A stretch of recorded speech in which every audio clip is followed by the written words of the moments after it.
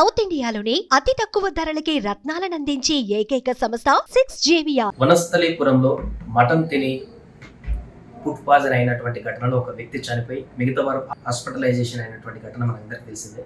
ఈ నేపథ్యంలో ఈ వార్త ఒకసారిగా సంచలనంగా మారింది. నిజంగానే మటన్ తినడం వల్లే వారికి ఫుడ్ పాయిజన్ అయిందా, వారి హెల్త్ కండిషన్ ఏంటి, వారు ఏం తిన్నారు ఆ రోజు, దానికి సంబంధించి ఇక్కడ హాస్పిటల్లో అడ్మిట్ అయినాక వారి కండిషన్ ఏ రకంగా ఉంది, ఎంతమంది జాయిన్ అయ్యారో పూర్తిగా తెలుసుకుందాం. మనతో పాటు ఇక్కడ హిమాలయ హాస్పిటల్ హెల్త్ డైరెక్టర్ గారు ఉన్నారు, వినయ్ రెడ్డి గారు, వారితో మాట్లాడదాం. సార్, ఎంతమంది జాయిన్ అయ్యారు హాస్పిటల్లో, ప్రస్తుతం వారి కండిషన్ ఏ విధంగా? మన హాస్పిటల్లో మొత్తం 9 మెంబర్స్ అడ్మిట్ అయ్యారండి. నిన్న ట్యూస్డే 11 AM నుంచి నైట్ 8 PM వరకు ఒకే ఫ్యామిలీ మెంబర్స్ 9 మెంబర్స్ అడ్మిట్ అయ్యారండి. అడ్మిషన్ పాయింట్లో అందరూ క్రిటికల్గా ఉన్నారండి. అందరు పల్స్, వాల్యూమ్ అన్నీ లో వచ్చేసాయండి. బీపీ వచ్చేసి అందరిది 80, 60, 40, 50, కొందరు 30, 40 అలా ఆ కండిషన్లో అందరూ ప్రజెంట్ అయ్యారు. వాళ్ళ ప్రజెంటేషన్ కంప్లైంట్ వచ్చేసి అందరికీ వామిటింగ్స్, మోషన్స్, సివియర్ డిహైడ్రేషన్ స్టేట్లో మన హాస్పిటల్కి రావడం జరిగిందండి. వాళ్ళందరూ ప్రస్తుతం అందరినీ నైట్ ఐసీయూలో స్టెబిలైజ్ చేసామండి. అవుట్ ఆఫ్ 9 మెంబర్స్లో 7 మెంబర్స్ స్టేబుల్ అయిపోయారు. వాళ్ళ బీపీ మెయింటైన్ అవుతుంది, పల్స్ రీగెయిన్ అయిందండి, pulse volume plus motions, loose stools అన్ని కంట్రోల్ అయిపోయాయి. ఒక ఇద్దరు పీపుల్ ఏంటంటే ఒకళ్ళు 64 years ఏజ్ అండి. దానికి కోమార్బిడ్స్ అంటే బీపీ ఉండడం, సిఓపిడి కండిషన్ ఉండడం వల్ల ఈ అక్యూట్ డిహైడ్రేషన్ వల్ల వేరే కండిషన్స్ అగ్రివేట్ అయ్యాయండి. తన సాచురేషన్ మెయింటైన్ అవ్వలేదు నైట్ అంతా. ఇప్పుడు యాజ్ ఆఫ్ నో అయితే వితౌట్ ఆక్సిజన్ తను మెయింటైన్ అవుతున్నారు. తన కండిషన్ ఇప్పుడు స్టెబిలైజ్ అవుతుందండి. వెరీ వెరీ క్రిటికల్ నుంచి కొంచెం క్రిటికల్ స్టేజ్కి వచ్చారు. చిన్న పాప ఉందని అన్నారు. ఆ పాప వచ్చేసి కంటిన్యూస్ 7 years ఓల్డ్ పాప అండి. తను పీడియాట్రిషియన్ కంట్రోల్లో ఉన్నారు, మెడిసిన్ అందరూ క్రిటికల్ టీమ్ చూస్తున్నారు. ఆ పాపకు వచ్చేసి హై గ్రేడ్ ఫీవర్స్ ఉంటున్నాయండి కంటిన్యూస్గా.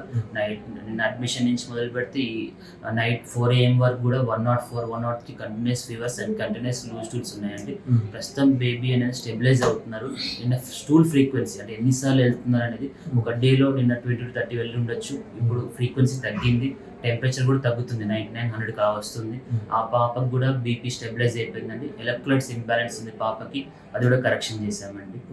ఇంకొక పర్సన్ సంతోష్ కుమార్ అని ఉన్నారండి. తను acute dehydration, severe low BP వల్ల ఏంటంటే కిడ్నీ ఫెయిల్యూర్కి వెళ్ళిపోయారు. క్రియాటిన్ అనేది షూటప్ అయిందండి 3కి 4కి. As of now it regain, మన అగైన్ కిడ్నీ అనేది నార్మల్ కండిషన్కి వచ్చింది. అక్యూట్ కిడ్నీ ఫెయిల్యూర్ నుంచి నార్మల్ కండిషన్ రీగెయిన్ అవుతున్నారండి తనకి. ఇక్కడ ఉన్న పేషెంట్స్ అందరూ ఒకే ఫ్యామిలీ, ఒక పాయింట్ సోర్స్ నుంచి వచ్చారండి. అక్కడ ఫ్యామిలీ గ్యాదరింగ్ అయింది. ఆ ఫుడ్ సోర్స్ అని మనకు సంబంధం లేదని ఎలా తిన్నాను. మన ప్రజెంటేషన్ వచ్చేసి డిలేడ్ ప్రజెంటేషన్. ఒక రోజు లేట్గా ప్రజెంట్ అయ్యారు. వామిటింగ్స్, మోషన్స్ అని అయిన తర్వాత వెంటనే హాస్పిటల్కి రీచ్ అవ్వాలి. వాళ్ళు ఏంటంటే ఆన్ కౌంటర్ మెడిసిన్స్, ఏదో ఎల్డోపర్ కానీ ఏదో ఒక నార్మల్ మన మెడికల్ షాప్ దొరుకుతుంది, ఒకేసారి కాదు మోషన్స్ అని వేసుకుంటారు, ఇంట్లో ఉండిపోతారు. ఓఆర్ఎస్ కానీ ఫ్లూయిడ్ రీహైడ్రేషన్ కానీ దాని మీద కాన్సన్ట్రేట్ చేయరు. వాళ్ళు డిలేడ్ ప్రజెంటేషన్కి రావడం వల్ల అందరూ సివియర్ సిక్ అయిపోయారండి. ఎప్పుడైనా ఈ వర్షాకాలం ఇలాంటి మోషన్స్ అవ్వడం కానీ, వామిటింగ్స్ అవ్వడం కానీ, ఫ్రీక్వెన్సీ 2 times 3 times మోషన్స్ అయినప్పుడు, లూజ్ మోషన్స్ అయినప్పుడు, వాల్యూమ్ లాస్ అయినప్పుడు ఆన్ కౌంటర్ మెడిసిన్స్ యూజ్ చేయకుండా హాస్పిటల్, నియర్ బై హాస్పిటల్ ఏది ఉంటుంది అప్రోచ్ అయ్యి ఐవీ ఫ్లూయిడ్ సపోర్ట్ తీసుకొని నెసరీ ఇన్వెస్టిగేషన్ చేసుకుంటే రికవరీ అనేది ఈజీగా ఉంటుంది. ఇంత సీరియస్ కండిషన్లో ప్రెజెంట్ అవ్వరండి. ఇప్పుడు ట్రీట్మెంట్ చేస్తున్నారు కాబట్టి వాళ్ళందరికీ ఫుడ్ పాయిజన్ వల్లనే ఈ పరిస్థితి వచ్చిందా, లేకుంటే ఇంకేమన్నా టెస్టులు చేస్తే ఏమన్నా తెలుస్తుంది? వీళ్ళకందరికీ పాయింట్ సోర్స్ అండి. ఒక ఫుడ్ ఐటమ్ తీసుకోవడం వల్ల వచ్చింది. ఒకే ఫ్యామిలీ మెంబర్స్ కాబట్టి ఫుడ్ పాయిజన్ వల్లే అనుకుంటున్నాం. వేరే వాటర్ కంటామినేషన్ అయితే కాదండి. ఎందుకంటే చుట్టుపక్కల కాలనీ, పక్క వీళ్ళు అందరూ బాగున్నారు. ఫుడ్ సోర్స్ అండి. అది రీహీట్ ఫుడ్డా లేదంటే స్టోర్డ్ ఫుడ్డా, వాట్ టైప్ ఆఫ్ ఫుడ్ అనేది మనం ఇంకా ఇన్వెస్టిగేట్ చేయలేదు. అవన్నీ హైయర్ ఆఫీసర్స్ చూసుకుంటారు. మన ప్రజెంటేషన్ వచ్చేసి మెయిన్ ఇష్యూ వచ్చేసి డిలేడ్ ప్రజెంటేషన్. వామిటింగ్స్ అయినప్పుడు, మోషన్స్ అయినప్పుడు వెంటనే హాస్పిటల్కి రావాలి. వెంటనే డిలే అయ్యే కొద్దీ ఇంకా షాక్లోకి వెళ్ళిపోతారు.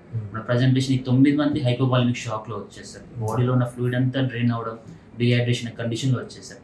నిన్న చనిపోయినటువంటి వ్యక్తి ఇక్కడికి వచ్చినాక చనిపోయారు, అంతకుముందు చనిపోయారు? లేదండి, మనకి పేషెంట్ బ్రాడ్ డెత్ తీసుకొచ్చారు. చనిపోయాక 1/2 hour 1 hour తర్వాత మన దగ్గర తీసుకొచ్చేసారు.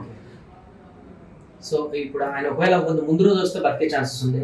డెఫినెట్గా అండి. వాల్యూమ్ లాస్ అవ్వకుండా ఆపుతాం, ఎలక్ట్రోలైట్ ఇంబ్యాలెన్స్ అవ్వకుండా ప్రివెంట్ చేయగలుగుతాం. కంప్లీట్గా ప్రజెంటేషన్ డిఫరెంట్గా ఉండేది. ఇంత సివియర్గా మనం ప్రెడిక్ట్ ఉండకపోవచ్చు. సో ఇప్పుడు మిగతా వాళ్ళందరూ అయితే safe condition. Out of 9 people అండి ఒకే ఫ్యామిలీ మెంబర్స్ అడ్మిట్ అయ్యారు. ఒక పర్సన్ తను వేరే ఊర్లో అడ్మిట్ అయ్యారు, వేరే ఊరికి వెళ్ళారంట. అదే ఫ్యామిలీలో ఆ ఫుడ్ తీసుకున్న వాళ్ళు. అవుట్ ఆఫ్ 9 members 7 మెంబర్స్ స్టేబుల్గా ఉన్నారండి. మిగతా 2 మెంబర్స్ కూడా ఈవినింగ్ కల్లా స్టెబిలైజ్ అవుతారు. పీడియాట్రిక్ చిన్న పాప ఉంది, తనకి మాత్రం టెంపరేచర్ స్పైక్స్ ఎక్కువ ఉన్నాయి, తను కూడా స్టెబిలైజ్ అవుతారు. ఆ లైన్లోనే ఉన్నారు, ప్రోగ్రెసివ్ వేలో ఉన్నారండి. తను ఎప్పుడు వరకు డిశ్చార్జ్ అయ్యే అవకాశం?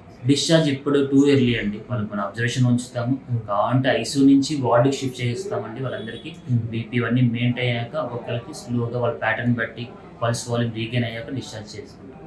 అదే మేనేజింగ్ డైరెక్టర్ గారు ఉన్నారు, వారితో కూడా ఒకసారి మాట్లాడారు.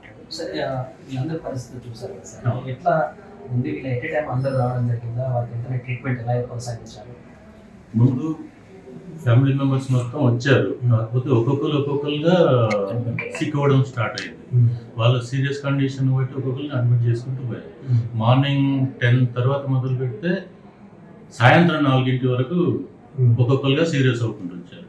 వాళ్ళు హ్యూమన్ గ్రౌండ్స్లో ఆలోచించి మేము ఫైనాన్షియల్గా ఆలోచించకుండా 9 మెంబర్స్ అడ్మిట్ చేసుకొని ట్రీట్మెంట్ ఇస్తున్నాం.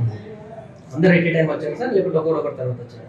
అందరూ అంటే డిఫరెంట్ టైంలో వచ్చారు. ఫస్ట్ ఏదైతే డెత్ అయిందో అతను తీసుకొచ్చారు, బ్రాండెడ్ గా భావించి గవర్నమెంట్ హాస్పిటల్ పంపించాము. ఆ తర్వాత ఇద్దరు, తర్వాత ఒక్కొక్కరుగా వచ్చి ఇక్కడ అటెండెంట్ గా ఉన్న వాళ్ళు కూడా సిక్ అవ్వడం మొదలయ్యారు. సీరియస్ అవుతా ఉంటే వాళ్ళని అడ్మిట్ చేసుకుంటూ వచ్చారు. సో ఇప్పుడైతే అందరూ బాగా ప్రెసెంట్ డాక్టర్ గారు చెప్పినట్టుగా స్లోలీ రికవరీ ఉంది. రేపటి వరకు మాక్సిమం స్టేబుల్ అవుతారు. సో ఇప్పుడు డిఎంఎస్ గారు కూడా వచ్చినట్టు, వారు కూడా అబ్జర్వ్ చేశారు, ఎంత బిడ్డలు కూడా ఇవ్వడం జరిగింది. వారు ఎట్లా వారిని చెప్పారు సార్? వాళ్ళు కూడా సంతోషంగా ఫీల్ అయ్యారు. ఆ ట్రీట్మెంట్ నైట్ మొత్తం చాలా యాక్టివ్గా డాక్టర్స్ కానీ 2 బెడ్లకు ఒక డాక్టర్ని పెట్టాము, నర్సింగ్ స్టాఫ్ కానీ ఫుల్ ఎఫర్ట్ వేసాము. మొత్తం సార్ కూడా చాలా సంతోషించారు. మొత్తం పేషెంట్లు కూడా అడిగారు, చాలా సంతోషంగా. ట్రీట్మెంట్ ల్యాబ్స్ ఎక్కడా లేదు. ట్రీట్మెంట్ ల్యాబ్స్ లేకుండా ఇమ్మీడియట్గా హ్యుమానిటీ గ్రౌండ్స్లో ఒక ఫ్యామిలీ మెంబర్స్ నుంచి 9 మెంబర్స్ రావడం వల్ల ఇమ్మీడియట్గా ట్రీట్మెంట్ స్టార్ట్ చేయడం వల్ల పేషెంట్స్ అనేది వెరీ సీరియస్ కండిషన్ నుంచి స్టేబిలైజ్ అవ్వారండి. స్టేబుల్ అయ్యాక ఇంకా నార్మలైజ్ అయ్యాక డిశ్చార్జ్ చేయగలుగుతామండి. ఇలాంటి ఏంటంటే ఒకేసారి ఇంతమంది పీపుల్ రావడం, గ్యాదరింగ్స్లో డిలే అవ్వడం, మనం కూడా కామన్గా మిస్టేక్ చిన్న మోషన్సే కదా, వామిటింగ్స్ చిన్నదే కదా అని డిలే ప్రజెంటేషన్ వస్తే, ఎక్కడ క్రిటికల్ అయ్యాక వస్తే కొంచెం టఫ్ అని ఉంటుంది situation. When you are think suspect anything, మీ కడుపులో బాగాలేదు, వామిటింగ్స్ అవుతున్నాయి, ఫ్లూయిడ్ లాస్ అవుతున్నప్పుడు ఎంత లాస్ అవుతుందో దాని తగ్గట్టు ఓఆర్ఎస్ కానీ, హాట్ వాటర్ కానీ, ఫుడ్ కానీ, ఫ్లూయిడ్స్ కానీ తీసుకోవాలండి. లేదు ఇంకా ఆన్ కౌంటర్ మెడిసిన్స్ మాత్రం అవాయిడ్ చేయండి. అనిపించినప్పుడు నియర్ బై ఫిజిషియన్ కానీ ఒక రిజిస్టర్డ్ ప్రాక్టీషనర్ దగ్గరికి వెళ్ళి చూయించుకొని, బీపీ చూయించుకొని హాస్పిటల్లో అడ్మిట్ అయ్యి ఐవి ఫ్లూయిడ్స్ తీసుకుంటే సీరియస్ అవ్వకుండా ప్రివెంట్ చేయగలుగుతామండి. సో అది ఇన్ టైంలో కనుక వస్తే శ్రీనివాస్ అనేటువంటి వ్యక్తి కూడా బ్రతికే ఉండేటువంటి అవకాశం ఉండేది. మిగతా వాళ్ళు కూడా కరెక్ట్ టైంకి వచ్చారు కాబట్టి కొంత వారికి వచ్చినప్పుడు కొంత హెల్త్ కండిషన్ అటు ఇటుగా ఉన్నా కూడా ఇప్పుడు అందరూ కూడా స్టేబుల్ అయిపోయారు. ఇక్కడ సరైనటువంటి చికిత్స అందించడం కారణంగా వారందరూ కూడా ప్రస్తుతానికైతే స్టేబుల్గానే ఉన్నారు. ఇంకొక వ్యక్తి చనిపోయినటువంటి వ్యక్తి కూడా కొంత లేట్గా వీళ్ళు రెస్పాండ్ కావడం, అంటే మండే నుంచి సిమ్టమ్స్ స్టార్ట్ అయ్యి కొంత అన్హెల్దీగా ఉన్నా కూడా వీరు ట్యూస్డే రావడంతో అతను కొంచెం ఎక్కువ సీరియస్ అయిపోయి అప్పటికే మరణించినట్టుగా తెలుస్తున్నారు. అదే రోజు వచ్చేదంటే సోమవారం సాయంత్రం ఖచ్చితంగా అతన్ని కూడా కాపాడే వాళ్ళం అంటూ కూడా డాక్టర్ గారు చెప్తున్నారు. ఏదేమైనా కూడా ప్రస్తుతం హిమాలయ హాస్పిటల్లో ఉన్నటువంటి పేషెంట్స్ అందరూ కూడా ప్రస్తుతం స్టేబుల్గా ఉన్నారు. వారికి ఎలాంటి సివియర్ కండిషన్ హెవీగా ఉన్నట్టయితే లేదంటూ కూడా వారు చెప్తున్నారు. కెమెరామెన్ నగేష్తో సాయి, ఎల్బీనగర్ నుంచి. సుమన్ టీవీలో మీ పర్సనల్ అండ్ బిజినెస్ ప్రమోషన్స్ కోసం కింది నెంబర్కి కాంటాక్ట్ చేయండి.